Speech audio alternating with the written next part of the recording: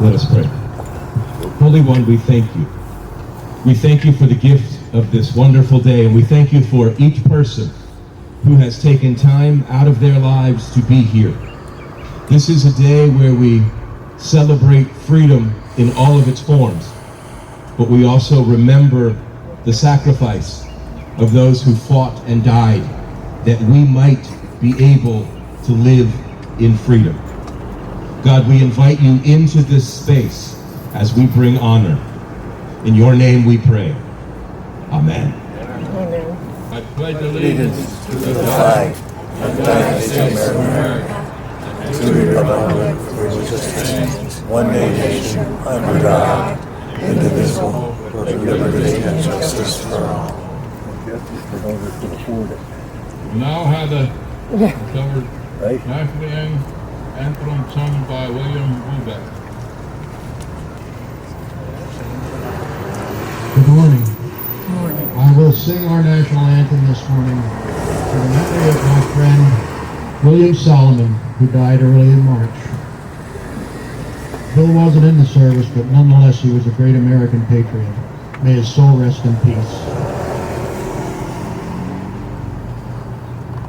Oh, say, can you see by the dawn's early light what so proudly we hail at the twilight's last gleaming, whose bright stripes and bright stars through the perilous fight o'er the ramparts we watch were so gallantly streaming, and the rocket's red glare that was bursting in air gave proof through the night that our flag was still there. Oh, say does the star-spangled banner yet wave o'er the land of the free and the home of the brave? God bless America.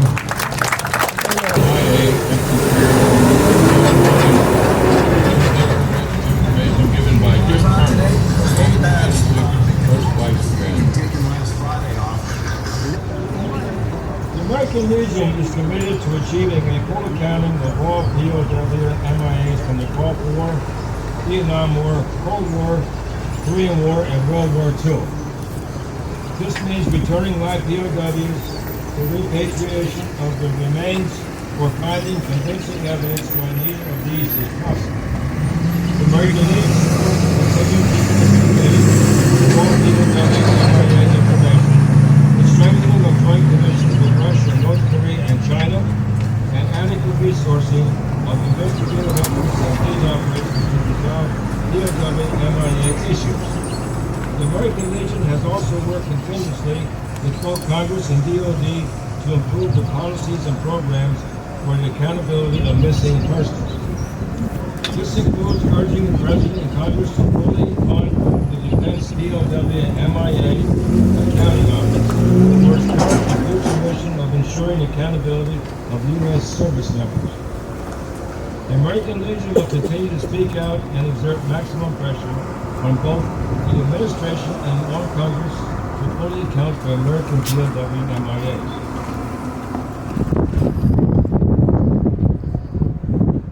The POW MIA empty chair. Resolution number 288, adopted at the Legion's 67th Annual National Convention, calls for designating an empty chair at all official American Legion meetings as a continual physical symbol of POW MIAs and the cause for which we stand, namely the return or full accounting. A POW MIA empty chair is placed at all official meetings of the American Legion as a physical symbol of many American POW MIAs still unaccounted for from all wars and conflicts involving the United States of America.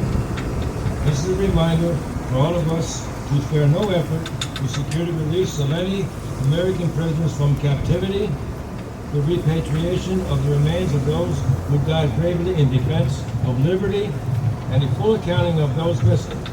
Let us rededicate ourselves to this vital endeavor. This table, set for one. Those who have served and those currently serving uniformed service of the United States are ever mindful that the sweetness of enduring peace has always been tainted by the bitterness of personal sacrifice. We are compelled to never forget that while we enjoy our daily pleasures, there are others who have endured and may still be enduring the agonies of pain, deprivation, and imprisonment. Before we begin our activities, we pause the recognition of POWs and MIAs. We call your attention to this small table, which occupies a place of dignity and honor. It is set for one, symbolizing the fact that members of our armed forces are missing from our ranks. They are referred to as POWs and MIAs. We call them comrades. They are unable to be with their loved ones and families, so we join together to pay humble tribute to them and to bear witness to their continued absence. The table is small, symbolizing the frailty of one prisoner, alone against his or her suppressors. The tablecloth is white, symbolic of the purity of their intentions to respond to a country's call to arms. The single rose in the vase signifies the blood they might have shed in sacrifice to ensure the freedom of our beloved United States of America. The rose also reminds us of family and friends who are missing comrades who keep faith when the living will return. The red ribbon on the vase represents an unyielding determination for a proper accounting of the comrades who are not among us. A slice of lemon on the plate reminds us of their bitter fate. The salt sprinkled on the plate reminds us of the countless fallen years of families as they wait. The glass is inverted. They cannot toast with us at this time. The chair is empty. They are not here.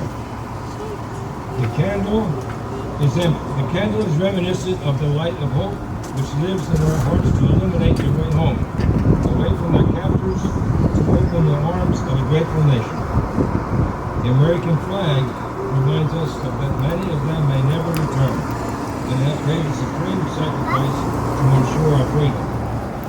Let us pray to Supreme Commander that all of our comrades will soon be back within our ranks. Let us remember and never forget their sacrifice. May God forever.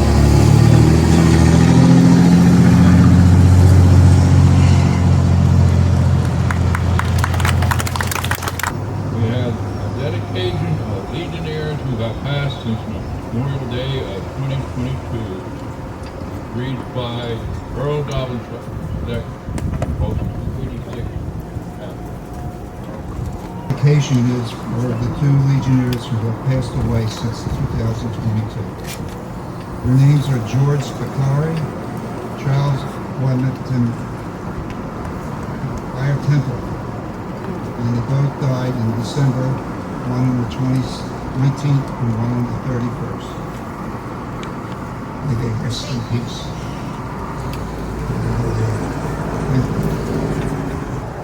Now we have the dedication to auxiliary members who have passed since Memorial Day. Tracy Tatera, auxiliary unit. Tracy. In dedication to our auxiliary 2 members passing away since May 29th of last year. Alice Marburger, who died exactly 1 year ago today. Part of our Legion Auxiliary for 70 years. We also have a stone bench in dedication to her and her sister as well, which we have placed over on the left-hand side of our Legion Auxiliary building. And a fellow Melissa Swarner, who is also part of our Legion Riders chapter here at the Curzon Legion, who passed away on May 5th, 2023. May both of those 2 women rest in peace. Now we will have the priest raising of the wreaths by Chris Patera and Jeannie Adler, auxiliary unit 286.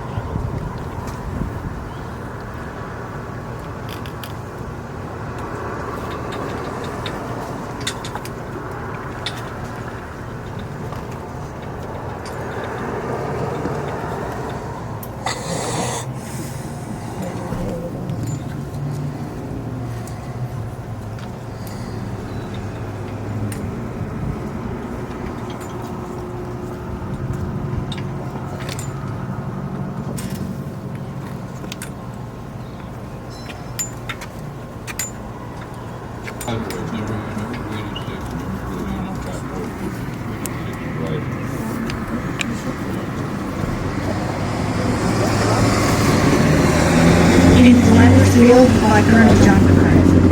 In Flanders Fields, the poppies blow between the crosses,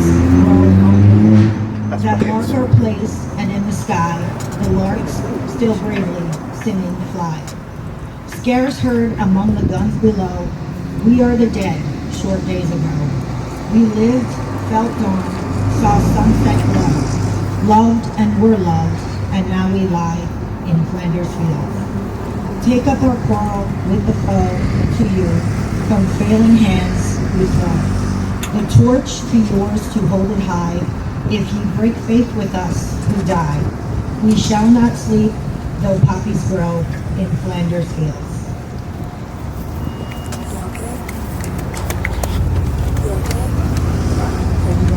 Christine.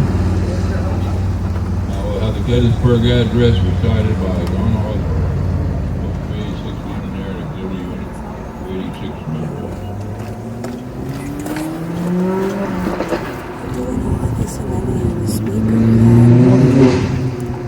President Lincoln delivered the 272-point address on the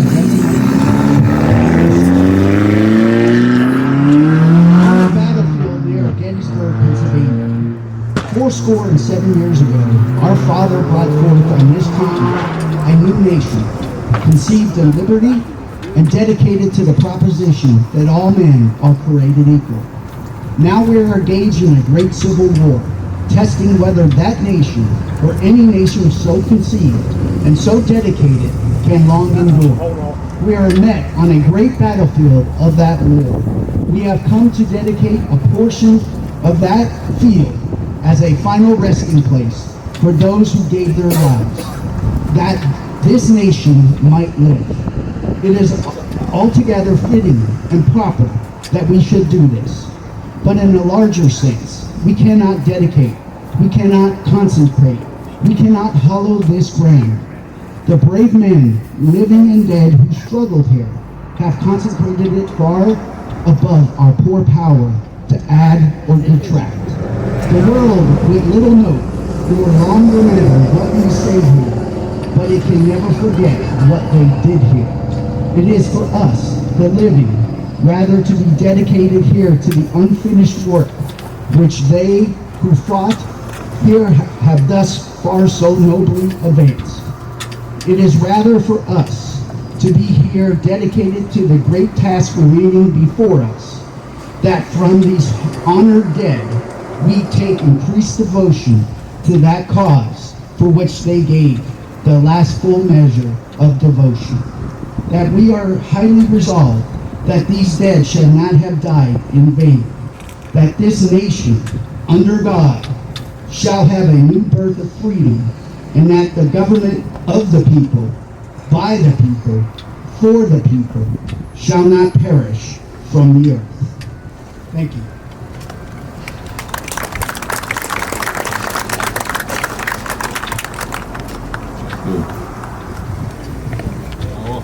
We'll have God Bless America sung by Ted Klondike, son of the American Legion Squadron 286. Ted, over. With the wind blowing here, it kind of reminds me of the spirit of all those who aren't here today saying hello. So embrace it. I'm going to do Lee Greenwood's God Bless the USA. If tomorrow all the things were gone, I'd work for all my life, and I had to start again with just my children and my wife. I bless my lucky stars that I'm living here today, for the flag still stands for freedom, and I think we stand and say that I'm proud to be an American, where at least I know I'm free, and I won't forget the men who died, who gave that right to me, and I proudly stand up next to you and defend her still today. 'Cause there ain't no doubt I love this land.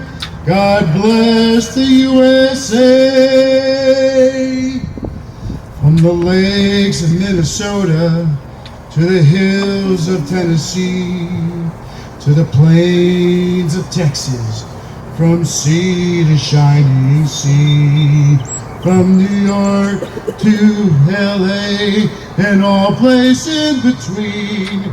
There's a pride in every American heart, and I think we stand and say that I'm proud to be an American, where at least I know I'm free, and I won't forget the men who died, who gave that right to me, and I gladly stand up next with you and defend her till the end. 'Cause there ain't no doubt I love this land. God bless the USA. Everybody join in and hold hands. For I'm proud to be an American, where at least I know I'm free. And I won't forget the men who died, who gave that right to me. And I gladly stand up next to you and defend us till today. 'Cause there ain't no doubt I love this land. God bless the USA.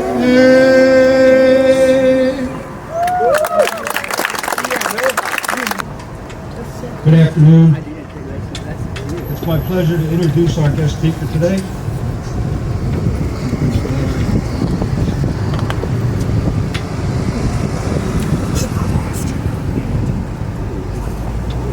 Brigadier General Laura McHugh was appointed as Deputy Adjutant General in April of 2021 after serving as Chief of Staff.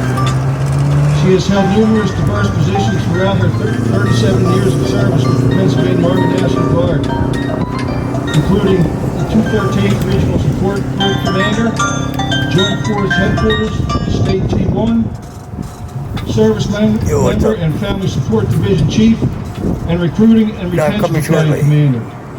Her most memorable assignment was her time serving as the 131st Transportation Company Commander, with whom she deployed to Iraq from February 2003 Okay, buddy. to May of 2004 in support of Operation Iraqi Freedom. Brigadier General McHugh graduated from the U.S. Army War College in July of 2015, earning a master's degree in strategic studies. She earned her Master of Science degree in leadership and business ethics from Duquesne University in May of 2009. She was commissioned through Scranton University's ROTC program in 1991 upon earning her Bachelor of Science degree in Finance from King's College. Her awards and decorations include the Legion of Merit, the Bronze Star Medal, Meritorious Service Medal, Army Commendation Medal, and numerous other federal and state awards. She also holds the Parachutist and Recruiter badges. Brigadier General McHugh currently resides in Pine Grove, PA with her husband Dan, who's a Pennsylvania Army National Guard retiree. They have 2 adult children, Brandon and Kate. Good afternoon. What a beautiful day we have with us today, and I will tell you, this is the best podium I've ever had, right, for obvious reasons.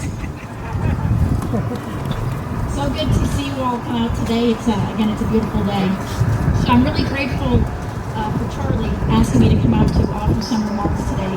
I'm not sure if you know this, but I know Charlie as First Sergeant Hauser. We had the opportunity to serve together when I was lieutenant, so that should tell you how old he is.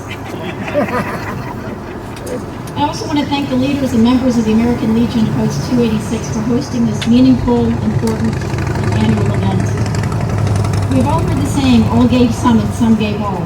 Together with those of you that have served or are currently serving in our armed forces, we are honoring the example left to us by our fallen warriors today, to those that were unable to return to their families and to their homes.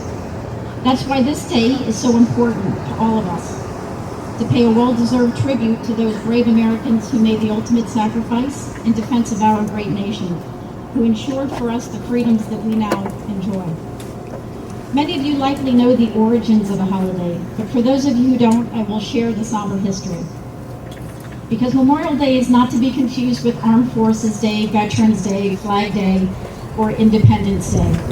While all are patriotic in nature and often associated with a work holiday, get-togethers, and road trips, Memorial Day is not a day of celebration. By intent and design, it is a day of reverence and a day of remembrance. Memorial Day truly was created to meet a need, to always remember those that died in battle or while in service to our great nation. It started with the practice of decorating soldiers' graves with flowers. In Boalsburg, Pennsylvania, in 1864, ladies decorated soldiers' graves on July 4th for the Union dead. And reportedly, in Savannah, Georgia, in 1862, ladies decorated the Confederate graves. Memorial Day was first officially recognized as Decoration Day, a time to honor the Civil War dead by decorating their graves with flowers. In proclaiming this first Decoration Day in 1868, General John Logan, National Commander of the Grand Army of the Republic, he wrote that we should not only remember those who died in defense of their country, but to also renew our pledge to aid and assist those whom they have left among us, their widows and orphans. Today we call this very special population our Gold Star families. As we take this day to remember the fallen, we stand in solidarity with their loved ones and remember their sacrifice as well. Looking back through our country's 248-year history at all those who gave their life for our freedom and security, let us recommit ourselves to remember all Americans of the true meaning of Memorial Day. President Kennedy once said that we must never forget the highest appreciation is not to utter words, but to live by them. That is why it means so much for us all to be here today, and to see all of you here today. The act of giving your time and attention here at this ceremony means so much more than words, because it is truly an act of remembrance and appreciation. Americans can do this in so many simple yet meaningful ways. Visit memorials or cemeteries, place flags or flowers in the graves of those fallen service members, fly the United States flag at half-staff until noon, help widows and widowers, parents, and children of our fallen, just to name a few. One of the easiest ways to do this is by collectively participating in the National Moment of Remembrance, a call to voluntarily and informally pause at 3 p.m. every Memorial Day to reflect on and remember those Americans who died in service to our nation. The National Moment of Remembrance was established by Congress in the year of 2000. It reportedly came about after a group of school children touring the U.S. Capitol were asked about the meaning of Memorial Day. Their reply, "That's when the pool opens." When I hear a story like that, I can't help but reminded of the words of Calvin Coolidge, who in a speech not long after the end of World War II said, "The nation which forgets its defenders will itself be forgotten." That's why our observance of this day, understanding and respecting its true meaning, is so important to all of us and our future generations. I ask each of you to share and promote this tradition to ensure that Memorial Day retains as much of its original meaning as possible. Today and every day, we honor our fallen heroes, those brave men and women who possess the pride, courage, and dedication to selflessly serve when called upon. National Guard men and women have served proudly and distinctively in every major conflict our nation has faced. They ask for little, yet they inspire so much. Through their selfless service, this country was founded. Recognizing those who gave the last full measure of devotion is the reason we set aside one day each year to remember the now more than 1.3 million men and women who fought and died in places like Gettysburg, Normandy, Iwo Jima, Khe Sanh, Fallujah, and Kandahar, just to name a few. Their legacies have always formed the backbone of today's armed forces, including Pennsylvania National Guard's force of 17,000 citizen soldiers and airmen. The United States military has been an all-volunteer force since 1973. Despite knowing the dangers and time spent away from family, friends, and jobs, every service member in today's military has either enlisted or re-enlisted since 9/11. These are the kind of men and women who swell our ranks, who serve, protect, and defend your communities and your country. In closing, this Memorial Day, please reflect upon the example and legacy left to us by all the brave men and women of our nation's armed forces. Pledge to never forget their sacrifice and to live each day embracing their selflessness and courage. By your presence here at this ceremony, I trust that you will. Please know that while I have emphasized the somber nature of Memorial Day, I do wish you a wonderful afternoon with loved ones. It is, after all, every American's constitutional right. I will leave you with my personal favorite quote from General George S. Patton, who famously said, "It is foolish and wrong to mourn the men who have died. Rather, we should thank God that such men have lived. May they never be forgotten." Thank you.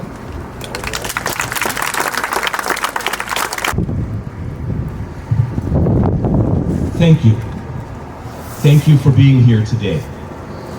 Thank you for honoring those who fought and died for our great nation. But as you go from this place to enjoy the day, I challenge you. I challenge you to honor the dead by helping the living. And yes, it is nice to offer a thank you for your service when you see one of the hats. Or it's nice to forward a Facebook post with a flag on it that says freedom isn't free. And that is okay. But we can do more. We honor the dead by helping the living. Perhaps there's an older gentleman. Of course, nobody here. But perhaps there's somebody else who lives 2 houses up, who is dealing with the effects of his service decades after his discharge and is struggling to keep up with the basics around the house. Maybe you can offer to cut the grass or carry the groceries in. He probably is too proud to ask for help, but would receive it if you offered it. We honor the dead by helping the living. Remember that some of the deepest scars of military service are unseen. Some of our warriors struggle daily with the soul wounds, with the brokenness that can come with combat and with military service. And some battle addiction as a direct result. And some are trying to decide whether it is better to live or to die. Honor the dead by helping the living to remember that there is always another way. There is always a path to recovery, promise, and hope. Every day is a gift, and if they are alive, there is a way to something better. You honor the dead today. Thank you. Now thank, honor, and actively support all servicemen and women who are struggling now because of the gifts of freedom they gave to us and give to us. And now for our benediction. Some of you in the Christian tradition may remember that when we leave worship, we say, "Go in peace." But that is also a prayer today for each of us, that we perhaps can live in a nation that finds peace. So we're going to offer that benediction to each other, and I want to hear you as we say together, "Go in peace." You can do a little bit better. Go in peace. May it be so. Thanks be to God. This is the very end of our program. I want to give special thank you to the students of the Blue Mountain and their teachers and principals for their continued assistance in our annual flag placing of the flags at the Cursona Cemetery. We would like to thank everyone who came out to watch the parade and Memorial Day services today. We also offer thanks to those who involved our musicians, anyone who donated vehicles or were drivers of those participating in the parade itself, including the Blue Mountain Band. A special thank you to the Fire Police, the Pennsylvania State Police, anyone behind the scenes. Regina Sauna from the Cursona Borough and everyone who has dedicated their time to help our parade. Another big thank you is to our sound system, Brian Thomas, who has donated his time and the equipment for the Memorial Day service at the American Legion for over 35 years.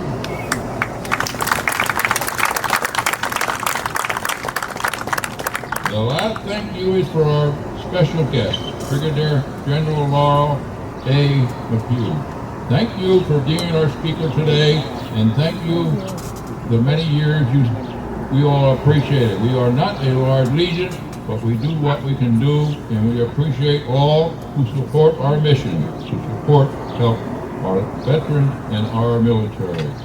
God bless America. Thank you. There will be refreshments available in the post canteen following the service. Compliments of the American Legion Post 286 family. Thank you and have a great day.